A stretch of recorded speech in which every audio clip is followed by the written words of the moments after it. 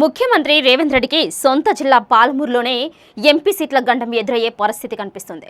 ఉమ్మడి పాలమూరు జిల్లా పరిధిలోని మహబూబ్ నగర్, నాగర్ కర్నూలు స్థానాలు గెలిపించుకోవాల్సిన బాధ్యత సీఎం రేవంత్ రెడ్డి మీదే ఉంది. అయితే అక్కడ పరిస్థితి కాంగ్రెస్ పార్టీకి ఏమంతా ఆశాజనకంగా ఉన్నట్లు కనిపించడం లేదు. మహబూబ్ నగర్ నుంచి బీజేపీ అభ్యర్థిగా డీకే అరుణ బరిలో దిగనున్నట్టుగా బీజేపీ ప్రకటించేసింది. గత అసెంబ్లీ ఎన్నికల్లోనూ కూడా పోటీ చేయకుండా అరుణ పార్లమెంట్ మీద గట్టిగా ఫోకస్ పెట్టింది. ఇక పార్లమెంట్ కాంగ్రెస్ పార్టీ ఎంపీ అభ్యర్థి వంశీచంద్ర రెడ్డికి పెద్దగా నియోజకవర్గంలో ఇమేజ్ లేదు. మాజీ మంత్రిగా జిల్లాలో కీలక నేతగా అరుణ ఎంతగానో ఎదిగారు. అన్ని నియోజకవర్గాల్లోనూ ఆమెకు సపోర్ట్ సైతం ఉంది. దీనికి తోడు ఎంతో ఆశ్చర్యకరమైన విషయం ఏంటి అంటే పలువురు కాంగ్రెస్ పార్టీ, బీఆర్ఎస్ ఎమ్మెల్యేలు కూడా ఆమెకు మద్దతిస్తున్నట్టుగా ఓ వార్త ఉంది. ఆమె మేనకోడలు చిట్టెం పర్ణికారెడ్డి ఎమ్మెల్యేగా ఉన్న సంగతి మనందరికీ తెలిసిందే. దీంతో ఆమె అరుణకు పరోక్షంగా మద్దతు ఇచ్చే అవకాశం ఉంది. ఇక గత ఎన్నికల్లో ఓడిపోయిన వంశీచంద్ర రెడ్డి ఈసారి గెలవాలని చూస్తున్నారు. కానీ ఆయన పాలమూరు పార్లమెంటు పరిధిలోకి ప్రజలకు పెద్దగా టచ్లో లేరు. కేవలం ఎన్నికల ముందే రంగంలోకి దిగారు. దీంతో ఆయన గెలుపు అంత ఈజీ కాదని తెలుస్తోంది.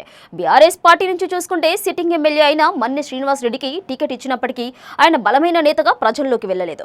ఇక పాలమూరు పార్లమెంటు పరిధిలో డీకే అరుణ, వంశీచంద్ర రెడ్డి, మన్నె శ్రీనివాస్ రెడ్డి ఈ ముగ్గురులో అరుణే సీనియర్ నాయకురాలు. దీంతో ఆమె గెలుపు ఖాయమన్న వాదన వినిపిస్తోంది. తెలంగాణను బలోపేతం చేయడం కోసము ఏ కాంగ్రెస్ పార్టీలో తాను రాజకీయ ఓనమాలు నేర్చుకున్నారో అదే కాంగ్రెస్ పై, అలాగే తెలంగాణ కోసం పోరాడిన కారుపై అరుణ గెలిచి బీజేపీ జెండాను పాలమూరులో పాతుతోందని తెలుస్తోంది. దీనికి తగ్గట్టే డీకే అరుణ మహబూబ్ నగర్ ఎంపీ సీటు గెలిచి ప్రధాని మోడీకి గిఫ్ట్ గా ఇస్తానని చెప్పింది. అలాగే మోడీ మూడోసారి భారత ప్రధాని కావడం పక్కా అని జోస్యం చెప్పారు. రాబోయే పార్లమెంటు ఎన్నికల్లో ఎన్డీఏ కూటమి 400 ఎంపీ సీట్లు కైవసం చేసుకుని కేంద్రంలో మూడోసారి ముచ్చటగా గెలుస్తోందని ధీమాను వ్యక్తం చేశారు. అలాగే తెలంగాణలో కమలం పార్టీ 15 పార్లమెంటు స్థానాలను గెలుస్తోందని చెప్పారు. మరోవైపు చూసుకుంటే ఇక నాగర్ కర్నూలు పార్లమెంటుకు సంబంధించి BJP ticket sitting MP Ramulu కొడుకు భరత్ కు దక్కింది. ఇక కాంగ్రెస్ పార్టీలో కుమ్ములాటలు జరుగుతున్నాయి. ఇటు సంపత్ కుమార్, మల్లు రవి ఈ సీట్ కోసం గట్టిగా పట్టుబడుతున్నారు.